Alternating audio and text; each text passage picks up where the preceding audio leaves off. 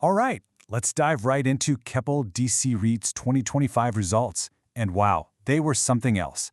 Today, we're going to break down how they pulled off such a big year and, the most important part for a lot of us, what it meant for investors. First things first, let's look at the headline number that got everyone talking. And there it is, a 42.2% jump in gross revenue. Just let that sink in for a second. That's year over year. I mean, you just don't see numbers like that every day, no matter what industry you're in. That's the kind of thing that makes you sit up and say, okay, what is going on here? No kidding, Alex. For a company of this scale, hitting over 40% growth, that's huge. And it's the big how, isn't it? We're definitely going to get into the nitty-gritty of that, but before we pull that apart, it's probably a good idea to do a quick refresh on what we're actually talking about here.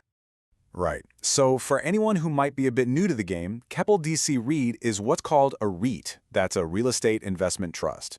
The easiest way to think about it, it's kind of like a mutual fund, but instead of stocks, it holds property. In this case, really high-tech data centers.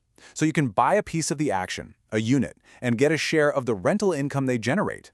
It's a cool way to get into the big league property market without needing, $1 billion to buy a building yourself.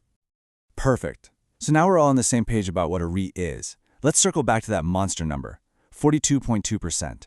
As an investor, that's the only thing you're thinking about, right? Where on earth did that come from? What's the secret sauce? Yep, and that's what we're here for. So let's pop the hood and see what was really driving this thing forward in 2025. So when you dig into their report, it really boils down to two big things. First, they went on a bit of a shopping spree. They got a full year's worth of cash flow from a big acquisition in Singapore. And they also brought 2 brand new data centers online in Tokyo. So that's new money coming in. But it wasn't just about buying new stuff. They also squeezed more out of what they already owned, getting better rental income and signing smarter contracts. It's that classic 1-2 punch: expand and optimize. And Alex, that Tokyo acquisition you mentioned, it's a perfect example of their bigger strategy. It's not just random, it's about where they're putting their money.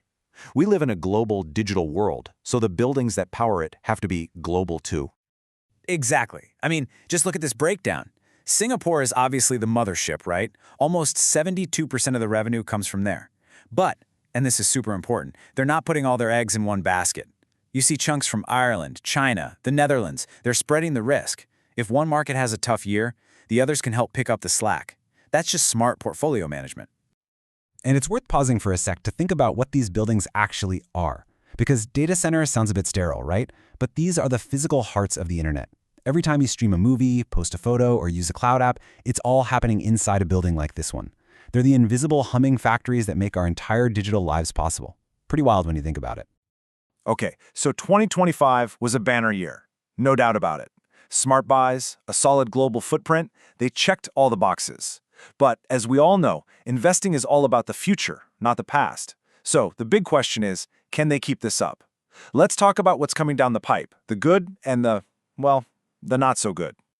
Well, you've got this fascinating push and pull. On the one side, the tailwinds are just enormous. Think about it. AI, cloud computing, our world is just getting more and more data hungry. That's not a trend that's going away anytime soon, and that means we need more data centers. That's the huge opportunity. But on the other side, you can't ignore the bigger picture. The global economy might be hitting the brakes a little. The report itself points to a potential slowdown in 2026.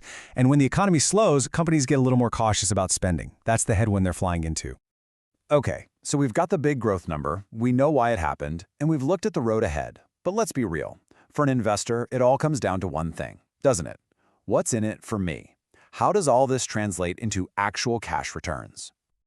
And that's where we get to the magic 3 letters for any REIT investor, DPU. It stands for distribution per unit. Honestly, it's the most important number to watch. It's just the cold, hard cash that the REIT pays out to you for every unit you own. Super simple. Think of it as the REIT version of a dividend. It's your slice of the pie. And here's the proof in the pudding. The DPU went up. It climbed from about 9.5 cents in 2024 to over 10.3 cents in 2025. This is so important because it shows that massive 42% revenue growth wasn't just some number on a spreadsheet. It actually made its way down to investors' pockets in the form of bigger checks. That's what you want to see. And that really wraps it all up, doesn't it? They used smart, global buys to fuel some pretty incredible growth. And crucially, that growth ended up as more money for their unit holders. It's a simple, powerful story for 2025. I guess the billion-dollar question now is, with a choppier economy ahead, can they keep that winning streak alive? And before we go, just a quick and important note. This content is intended to serve strictly and only as an informational, independent, objective summary of recent events and should in no way be interpreted, construed, or relied upon by any party as inside information or financial advice.